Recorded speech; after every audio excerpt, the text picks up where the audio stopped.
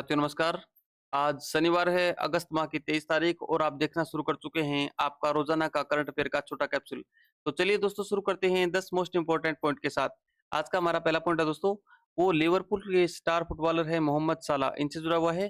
दोस्तों इन्होंने रिकॉर्ड तीसरी बार पीएफए यानी प्रोफेशनल फुटबॉल एसोसिएशन के द्वारा दिया जाने वाला प्लेयर ऑफ द ईयर का खिताब दोस्तों रिकॉर्ड तीसरी बार जीता है। इससे पहले दोस्तों 2018 और 2022 में ये खिताब जीत चुके हैं। ये सीजन दोस्तों इस खिलाड़ी का, जिसकी फोटो देख रहे हो आप, इनका बहुत बेहतरीन रहा। दोस्तों इस साल इन्होंने premier league golden boot, play maker award और प्लेयर ऑफ द सीजन का अवार्ड भी जीता। तो ये आपको परीक्षा में 1 नंबर दिलवाने की योग्यता रखते हैं। तो चलिए दोस्तों बात करते हैं दूसरे पॉइंट के बारे में। दूसरा पॉइंट दोस्तों, फिजी के प्रधानमंत्री हैं सिटिवेनी लेगागामा मादाराबुका। आपको कैसा नाम है दोस्तों? इनके ऐसे नाम होते हैं, तो ये आपको 1-2 बार देखना है। जैसे ही ऑप्शन में आएगा आपको ध्यान आ जाएगा। दोस्तों ये राबुका साहब है, ये दोस्तों भारत की यात्रा करेंगे 24 से 26 अगस्त के बीच में। दोस्तों इस यात्रा में दोनों देशों के बीच शासन, विकास, सांस्कृतिक आदान-प्रदान और द्विपक्षीय सहयोग को बढ़ाने को लेकर के वार्ता होगी। दोस्तों ये द्रौपदी मुर्मू जी, जो भारत के राष्ट्रपति हैं, इनसे भी मिलेंगे।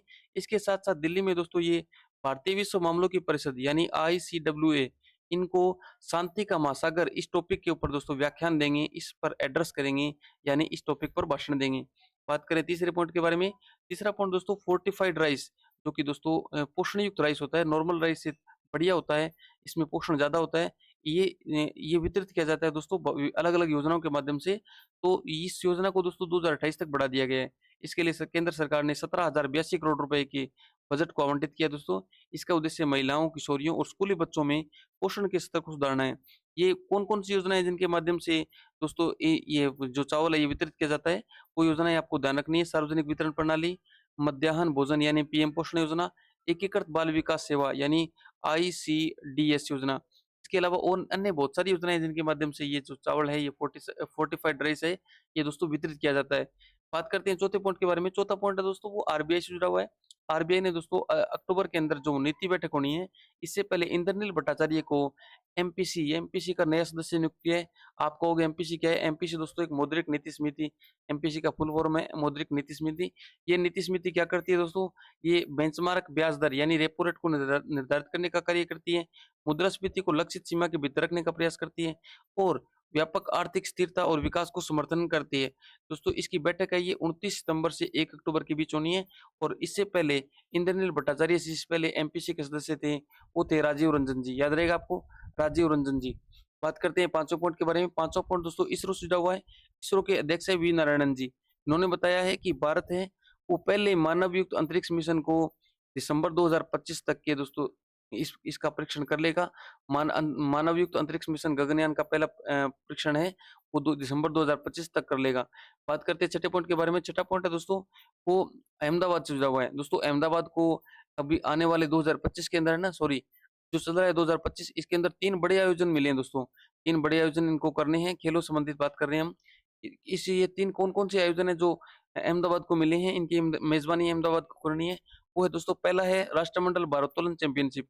ये चैंपियनशिप दोस्तों 24 से 30 अगस्त 2025 तक खेली जाएगी। ये नारायणपुरा स्पोर्ट्स कॉम्प्लेक्स अहमदाबाद के अंदर खेली जाएगी। इसमें 29 देशों के 350 से अधिक खिलाड़ी भाग लेंगे। दूसरी चैंपियनशिप है दोस्तों, वो है एशियाई एक्वेटिक्स चैंपियनशिप। दोस्तों एक्वा शब्द होता है ना, वो जहां भी आ जाए आपको ध्यान रखना है कि जल से संबंधित कुछ बात चल रही है। तो ये तैराकी से संबंधित चैंपियनशिप है दोस्तों।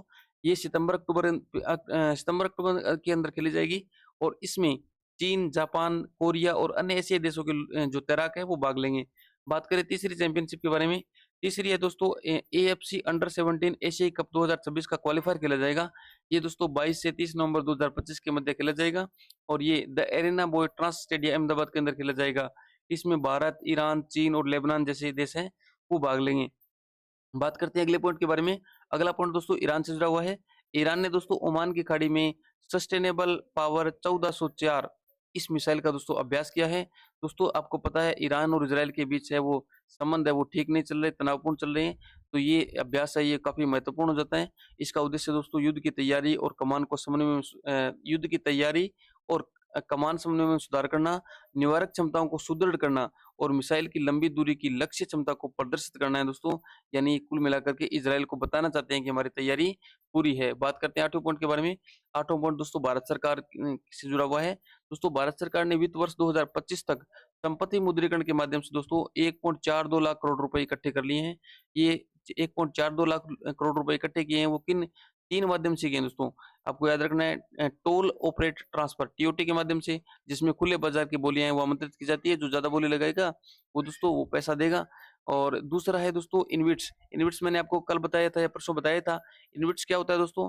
इनविट्स का मतलब होता है इसमें छोटे-छोटे इन्वेस्टर होते हैं, वो अपना पैसा इन्वेस्ट करते हैं और बड़ा प्रोजेक्ट बनाकर भारत सरकार बड़ा प्रोजेक्ट बनाती है और छोटे इन्वेस्टर होते हैं, उन्हें या तो एक मुश्त राशि दे दी जाएगी या फिर उन्हें क्या किया जाएगा, उनकी राशि को, उनकी कैपिटल है वो धीरे-धीरे समय के साथ बढ़ती रहेगी और जो एक निश्चित समय की सीमा के बाद है, ये राशि उन्हें वापस मिल जाएगी और यह छोटे-छोटे टर्म के रूप में मिल जाएगी। और तीसरा जो है वो दोस्तों वो है प्रतिभूतिकरण।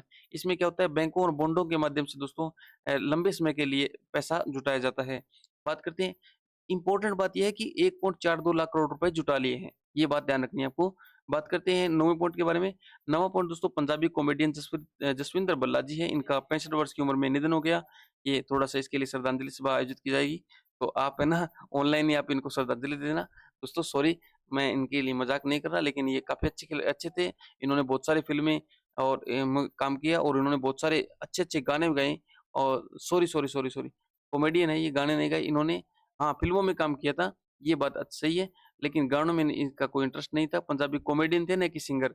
बात करते हैं 10वें पॉइंट के बारे में। 10वां पॉइंट दोस्तों सतीश गोलचा से जुड़ा है। सतीश गोलचा जी हैं, इन्हें दिल्ली पुलिस में नया कमिश्नर बनाया गया है, नया आयुक्त बनाया गया है। इनसे पहले संजय अरोड़ा जी थे, वो सेवानिवृत्त हो गए थे और अभी जो कार्यभार संभाल रहे थे वो शशि भूषण जी कार्यभार संभाल रहे थे। तो अब वो है सतीश गोलचा जी ने परमानेंट है, तो इस सीट को दोस्तों भर दिया है। तो आज का करंट अफेयर का कैप्सूल आपको कैसा लगा? आप कमेंट बॉक्स में ज़रूर बताइए। दोस्तों चैनल को सब्सक्राइब करना मत भूलिए। सब्सक्राइब कीजिए दोस्तों, हमारा हौसला बढ़ाइए। Thank you.